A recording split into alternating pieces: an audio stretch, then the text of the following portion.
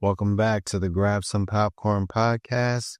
Your host, Jared and Emmanuel, here to bring you movie news, movie reviews, and all-around movie topics. Like, subscribe, and comment on whichever platform you're listening to this episode on, and be sure to check out previous episodes if you're listening for the first time. Episode 9. Today, we're giving y'all a double review feature. We'll be reviewing the movie Him, and also one more battle. One battle after another. One battle after another. We just got out of that movie. All right, so let's start it off, Emmanuel. So double whammy. First, we're getting into Him, 2025 horror thriller directed by Justin Tipping. The film stars Marlon Wayans, Tyreek Withers, and Julia Fox. In Him, Withers plays Cameron Cade, rising football talent who is brought into the isolated compound of an aging legend quarterback played by Marlon Wayans for specialized training. But as Cam's trust deepens, the charismatic mentor's grip reveals darker ambitions. I love when movies do that. All right, so give me your first impression of this movie, Emmanuel, because I know you're not a big horror person, and I was really excited for you to watch this movie and to hear your thoughts on it after I saw it in theaters. So let me know, what were your first impressions? Yep.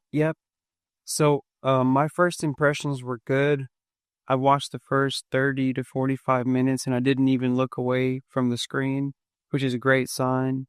And then once the bad stuff started happening at the training camp, the story kind of twisted and I had to focus more on what was happening to understand it. But my very first impressions were it was interesting.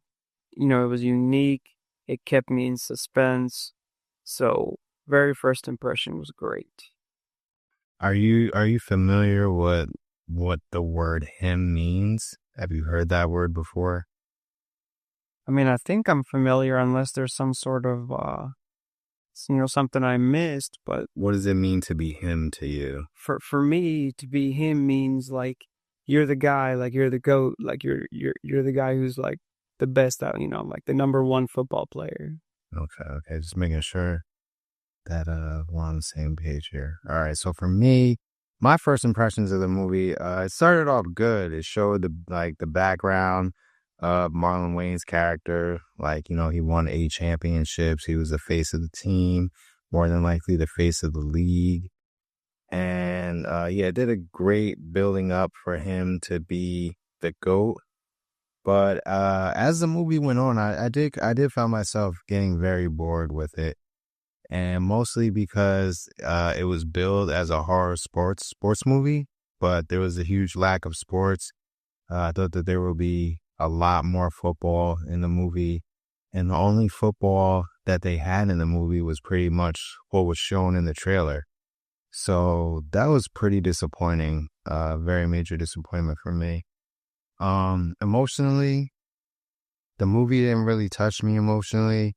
Although, like, there were a bunch of weird things going on around the main character, like him being assaulted randomly in the beginning and having that head injury. And then there was, like, a couple weird interactions within the mansion.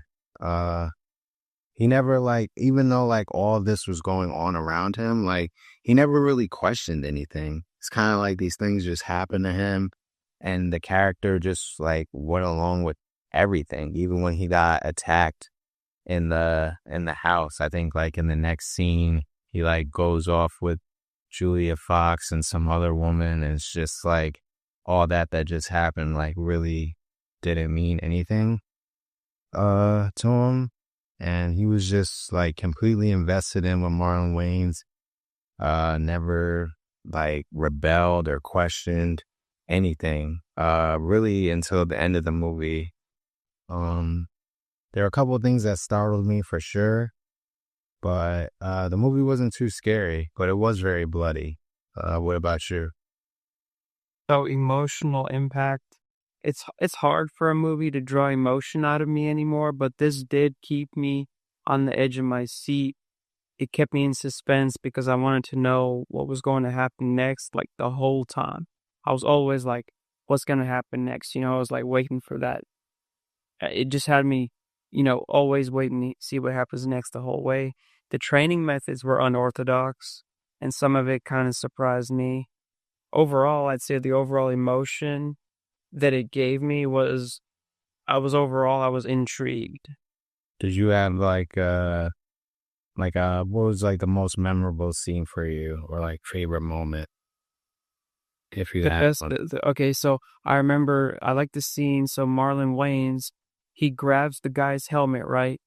Grabs the Cameron's helmet, and he screamed into the helmet. He's like, "How you don't know?" Just like really crunk. He's like, "How you expect to be the best?" Or like, he just like really was really crunk. And then when he was done screaming, he beeped his nose. He's like screams really loud and he goes beep. I think he's kind of like, he's kind of like, yeah, I could mess up your life, but I could also be your best friend type of deal. Okay, okay, for sure, for sure. For me, I think one of the most memorable scenes for me actually was around that scene when they were doing a lot of the practice drills. And there was one scene where two of the players collided and one of them appeared to get seriously hurt, but like the scene is like an X-ray type scene. So Yeah. you don't know which character it is, and you're kind of thinking it's the main character of the movie, but then it ends up just being one of the people he was working out with. So I would say that was the most memorable moment for me. Um, as far as unique factor, I wish the movie really did bring a lot more. There wasn't really anything too unique to me for this movie other than like the X-ray scenes. Um, those are pretty cool, some of them. But other than that, nothing unique or genre bending for sure. What about you? What did you think? Uniqueness. So I think the intense training was really unique. Like, I don't think I've seen such an intense training in football anywhere else. Also, they showed a good portion of like the underbelly of the sport using like, like the enhancing drugs and how the women in drugs are used to get players to sign their lives away, that type of stuff. Mm. It was unique in that it clearly showed like the dark and underbelly tone, like clearly. It didn't even beat around the bush, like literally. It was like they just like walk in and like drug them. And at the same time, it kept the humor alive because Marlon Wayans was just acting like a regular cool guy. And like his clique and posse behind the scenes, they were like trying to like, they were basically trying to kill the guy, drug the guy, kill the guy. And Marlon Wayans is like, no, I'm like your best friend. So it's like you know what I mean? Like, and they did it so bluntly, so outright that was unique. Yeah, that is a good point for sure. It did have like a lot of cult references as far as sports and fame and like what happens when you become famous and what it takes to become famous and the things you might have to involve yourself in on the way to that fame and fortune. So that was definitely cool. For me personally, I wouldn't say it was unique because I've definitely seen that in movies before, but it definitely was cool. Issues with the movie for me, the main character wasn't too believable.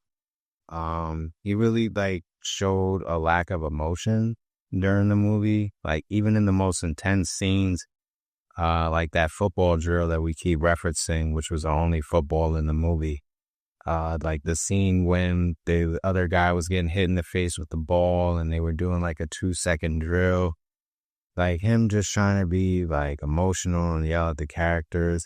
It just wasn't really coming, like it wasn't connecting for me. I felt like when he was young in the beginning of the movie and the character was screaming, I'm him, like that character showed, when he was younger, it showed way more emotion than the main character showed like during the whole movie. Maybe when he was getting his hair cut and it like went on the stitches, he got a little upset for sure. That was believable because I mean, who wouldn't be hurt by that? But other than that, not a very believable character. And what else? The movie, I felt like the movie struggled to get a real message across, because like we both kind of said earlier, there was not a lot of tension in the movie, no drama. I remember before you mentioned, like, you just kind of wish, you said this off microphone, but you were just saying, like, how you wish there was kind of a scene where he talked to his mom and, like, maybe there was an emotional moment or a bit of doubting, but, like, for the whole movie, he was just, going along with everything despite all of the weird things that were going on and the lack of football. I mean, I think they did like the football drill. That was like 15 minutes of an hour and a half movie. So it's just like he just went with everything without question. There was no real drama or tension until the end of the movie. By then, like, I was pretty much checked out. Like, I would say halfway through this movie, I was like, okay, this should be any minute now. And that's just how I felt. What about you? Did you have any issues with it? So I really enjoyed the movie. I really did. I watched it all the way through. And I only, I might have like looked at my phone maybe once or twice, which is great because, otherwise sometimes I literally just start playing on my phone. Anyways, I'm going to nitpick on something because I know everyone likes the nitpicks. And I would say that I wish we had seen him go into the pros in the movie, or get to see him actually get to play a real game. Yeah, playing the pro football game or a scrimmage. I wanted to see him play after his vigorous training. Yeah, they could have at least did a scrimmage. I mean, yeah, they definitely could have did way more football in a football movie. I mean, literally. So for score, I would give the movie a 4 out of 10. I probably wouldn't recommend it. I would definitely, like, unless you're like super invested into seeing this movie, definitely watch it on the stream or maybe not at all. I would say that the movie did have a good soundtrack, though. That's kind of why it even got up to a 4, because the soundtrack of the movie was pretty decent. And it's like the songs that they played during the movie definitely fit the scenes for sure. What about you? The score for me is 6.8 out of 10. And I mean, it's a great movie. It's super unique. It keeps you in suspense. I think it had great cinematography, horror elements. I definitely recommend you see it. There's just some things that I might have done differently, like when he killed everyone in the end of the movie, when he refused the contract. Maybe I would have went into him signing the contract to see him play, but then something horrible happening that made him regret it and killing everyone. Like, the point is that I really wanted to see him play, so if he had just signed the contract, played at least like one game or one play even, and then, did that. He kind of just did that, did what he did. I don't want to say uncalled for, but, he did it before we got to see him play. It's like watching one of those old kung fu movies where the guy trains for most of the movie and then you expect to see some, epic fight, and then you don't even get to see him fight at the end. It's kind of something like that. So that's kind of how I felt not getting to see the main character play some football in the movie. And I mean, my main takeaway is from what I saw in the movie, the main takeaway that I got from it is some people are your friends and mentors, while their friends might actually be out to just sabotage your career. Just because you're friends with one person doesn't mean their entire clique is going to take you in like a brother. Like Marlon Wayans, I think, really did try to be a good mentor and coach and friend, but all the people around Marlon Wayans' character, I think they were out to just kind of make sure that he didn't make it. All right. Yeah. Excellent observation for sure. So the next movie that we're going to review, we actually just got finished seeing it. It's called One Battle After Another, a 2025 action thriller from Paul Thomas Anderson, who also wrote and produced this movie. It's got a great cast. It includes Leonardo DiCaprio, Sean Penn, Benicio del Toro, Regina Hall, Teyana Taylor, and Chase Infinity. So, quick synopsis of the movie. One Battle After Another follows Leonardo DiCaprio, his character's named Bob, a former revolutionary living off the grid whose daughter, who's played by Chase Infinity, goes missing after a vengeful adversary resurfaces. In this movie, Leonardo reunites with old comrades to mount a rescue mission, and along the way, he confronts ghosts from his past. So, this movie I was pretty hyped for. It got delayed. It was supposed to be released earlier. It got delayed. Usually when movies get delayed, it's not good. But I mean, this is Leonardo DiCaprio, so I'm pretty sure for whatever reason it got delayed for, was not the reason that a bad movie gets delayed. So I was pretty excited for this. Highly anticipated. The movie is like 2 hours and 45 minutes, something like that. But yeah. it felt really good watching. So first impressions off the bat, I was heavily engaged into this movie. It had great storytelling and pacing throughout the movie. And although it lacked in action, it did have a lot of great tense moments. There was awesome acting and there was funny dialogue to keep you going.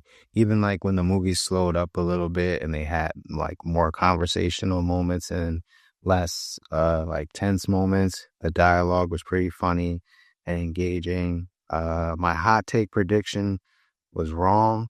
Spoiler alert, sorry, I know this movie just came out, but we're reviewing it, so if you haven't seen it, definitely go watch it if you don't want to be spoiled.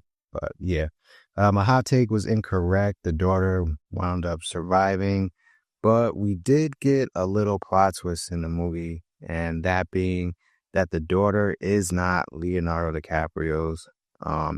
There's a scene in the movie where Sean Penn's character, he plays Captain Lockjaw. He's the guy that's hunting down Leonardo DiCaprio in the movie. There's a scene where they like do an like a home invasion on DiCaprio's home, and he like takes the picture of Chase Infinity as a baby and he sniffs it, and that was pretty much a dead giveaway to me that that's probably the real daughter. Also, like Teyonah Taylor character and Sean Penn's character, they have like an intimate scene and they show her pregnant after. So the movie doesn't tell you that she's pregnant by him, but I mean, obviously she was intimate with him and Leonardo DiCaprio's character. So just kind of leaves it in the air until later on in the movie, the plot twist was revealed. So I thought that was great. And it really added to the story. Like, it wasn't just some useless plot, side plot in the movie. It actually gave more depth to the characters and pushed the movie along further, at least for me. What about you, Emmanuel? What were your first impressions? I mean, my first impressions were, I don't know, when it just started, there was like this, it was actually pretty crunk when it started. There was like, a whole bunch of like, it was kind of like a revolution. You could tell it was like some sort of action happening, some kind of like war, revolution, shootout happening, people screaming. So it started off pretty crunk, and then, you kind of meet the characters kind of sort of, that the mom, she's like a really, she's like a real hardened soldier. She's like out here like enforcing a revolution and stuff. So yeah, it was pretty interesting and definitely kept me wanting to find out, what's going to happen the whole time. It was a good start. Excellent. So emotional impact. Emotionally, this movie really pulls on the family strings. Now, even though that's not Leo's daughter, even though that's not Leo's daughter in the movie, his character never addresses that, and it's not even known if he knows that that's his daughter or not, because like even it shows one of the scenes in the movie, like Leonardo and Teyonah in the bed with the newborn baby. So like it's never explicitly said if he knows if that's his daughter or not. But either way, he went through hell and back and was determined to get his daughter no matter what, no matter if it was his or not, or if he knew, he still did all he could to get her back. So that was awesome. As far as best or memorable scene, I liked when he was on the run in the beginning and like it was just like a big ordeal, and then it ends up in him falling off the rooftop and getting hit with the taser, and he just got captured. It was like very funny. Yeah, so even though that might sound like a little lackluster, I feel like the movie focused more on the story and the characters rather than like visuals or one stellar moment for sure. What about you? I mean, I definitely have a best scene. The one that I liked the most was when they were driving, drinking the beers, and they see the cop, and he's like, "Put down the beer, put down the beer." And there's like, Yeah. I'm all, I'm wondering, like, did the cop, like, did they see him? Are they going to chase him? And sure enough, the lights come off, and so Leonardo DiCaprio's character has to like jump out the window when they slow down and turn. Mm-hmm. That was my favorite. So I don't know why. It was such a simple scene, but it was, to me, that I was just, I literally laughed. Like, that was a scene that I liked. What about unique factor? Was there anything unique about this movie? I mean, nothing that you haven't mentioned. I thought that, it had that family element to it that was unique. They used the whole mixed race angle on it. So that was kind of unique. And otherwise it was like real deep on story, real deep on like, it wasn't deep on the action. It was kind of deep on like the story, and you were kind of like in the whole he was kind of like a revolutionary, kind of like a stoner, and during a revolutionary, he kept on forgetting important stuff. But Yeah, I thought that was hilarious. That was also a very funny when he couldn't remember the passcode. Yeah, that was very. when he calls the CIA and they're like, "What's like the passcode?" And he's like, "I don't remember the passcode. Like, I was here for 3 to 5 years." That was all. So yeah, he killed it. Leonardo DiCaprio, he killed it. He pulled it through, and Benicio del Toro's, like, him and Benicio del Toro's characters, they had a good chemistry. Like, it could have been awkward, but I'm happy that it wasn't awkward, and they had good chemistry, and that pulled the movie through. It was definitely, took the movie, from being, it made it good, is what I'm saying. Got you. And I agree. Nothing too unique coming from this movie for me. Just a good old fashioned action adventure type movie with a happy ending. Not too many questions after the movie, and sometimes that's a good thing. There's no plot holes in the movie, just straight plot, A to B, and it had a good ending. So, although it was nothing unique, it was still a good movie for sure. Issues with the movie for me, not too many issues with this movie, not too many at all. It was long, but I felt engaged with the story and I wanted to know what happened, what would happen next after every scene.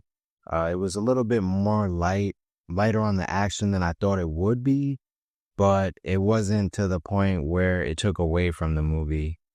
The story was good and it had a lot of tense moments that kept me tuned in for sure. What about you? Any issues? I mean, nothing that you didn't mention. For me, it was kind of long. And, I'm one of those people who, if I'm watching a movie that's close to 3 hours long, I got to see something really, crunk happen, some type of action, something to get my blood going every 15, 20 minutes or so, or else I might get disengaged. And so it wasn't, like you said, it wasn't that bad, but it was right on that borderline between not having enough action and, being kind of just kind of more story driven movie, which it was, but I wish it, just another couple of like really intense scenes, but no, I was able to stay in it for the whole, it's 2 hours, 45 minutes, and I stayed in it through the whole time. So that's good. Yeah. For score, I would give this movie an 8.5, and I definitely recommend it. Go check it out in the theaters or stream it at home, but it's definitely worth a watch. What about you? Yeah, I don't have like somewhere between 8 and 9 out of 10. Like, I would dare give it a 9 out of 10, but it, just a little bit too long, but I'm not sure if that stops it from getting an A, but somewhere between 8 to 9 out of 10. So really, really good movie. Nothing really bad to say. All right. Well, him and One Battle After Another, definitely check those movies out. Let us know if you've seen them. Leave something in the comments. And be sure to like the video as well. This is a great place to put a button on it, as they say. And thanks for listening. We'll be back next week for sure with episode 10. Be sure to leave a comment, like the video, and go check out some of the old episodes. This is your first time listening. We appreciate it, and have a good day.